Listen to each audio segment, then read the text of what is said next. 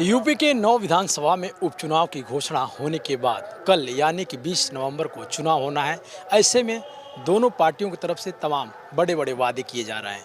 आज मेरे साथ बातचीत में एमएलसी सुभाषपा के विजय लाल राजभर जी हैं। इनसे बातचीत करूँगा। सर, जिस तरह से बड़े बड़े दावे किए जा रहे हैं उपचुनाव को लेकर कि हमारी पार्टी जीत होगी, और एक तरफ से अखिलेश जी पलटवार कर रहे हैं योगी जी पर कि सिर्फ वस्त्र पहनने से योगी कोई नहीं बनता है।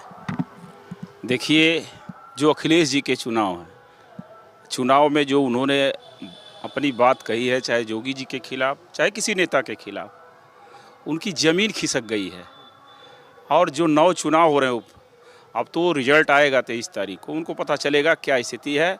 जहाँ तक मैं अम्बेडकर नगर में रहा उपचुनाव में, और वहाँ प्रत्याशी निषाद जी रहे, धर्मराज निषाद जी, हम लोगों ने गांव पूरे अम्बेडकर नगर कटहरी विधानसभा के हर गांव में जाने का काम किया, और चारों तरफ से बीजेपी गठबंधन सुहेलदेव भारतीय समाज पार्टी साथ रह के जो काम किया है पूरे देश लेवल पर। देश के प्रधानमंत्री भी कह रहे हैं कि सुभाषपा ने जो ग्राउंड लेवल पर काम किया है, वहाँ प्रत्याशी हम लोगों का 100% जीत रहा है। वहाँ समीकरण बना है। कहा गया कि 13 नवंबर की तारीख थी उपचुनाव की, उसके बाद 20 नवंबर कर दी गई, लेकिन उस पर भी अखिलेश यादव ने पलटवार किया। कहे कि इन लोगों को संभावना थी कि ये हार जाएंगे, इसलिए तारीख को चेंज कर दिया गया। ऐसा कुछ नहीं था, चुनाव आयोग ने ऐसा किया था।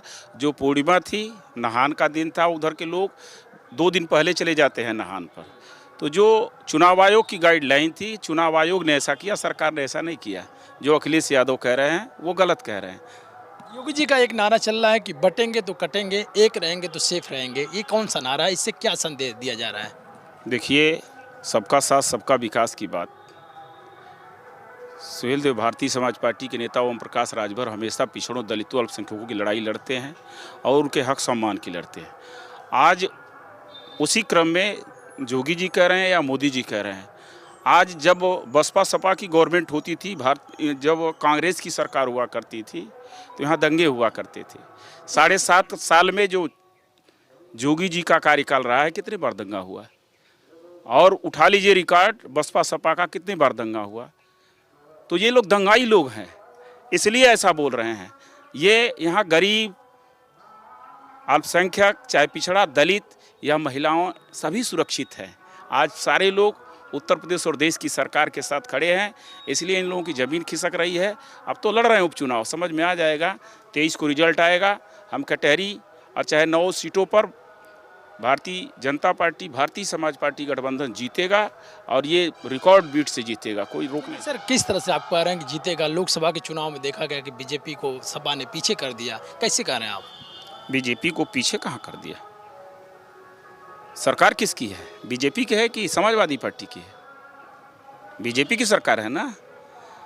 लड़ाई में कम ज़्यादा होता है, सीटें कम आती है ज़्यादा आती है, वो है, लेकिन सरकार हमारी है, बीजेपी की सरकार है। जब बीजेपी को हटा के इनकी सरकार जब बनती तब कहते तो अच्छा लगता है, लेकिन सरकार तो बीजेपी की है। कहा जा रहा है कि ये 27 का सेमीफाइनल है उपचुनाव। उपचुनाव 27 का सेमीफाइनल है। 2027 में इन लोगों का पता नहीं लगेगा। ये हम भी कह रहे हैं कि बसपा सपा कांग्रेस का पता नहीं लगेगा, फिर भारतीय जनता पार्टी और गठबंधन की सरकार बनेगी।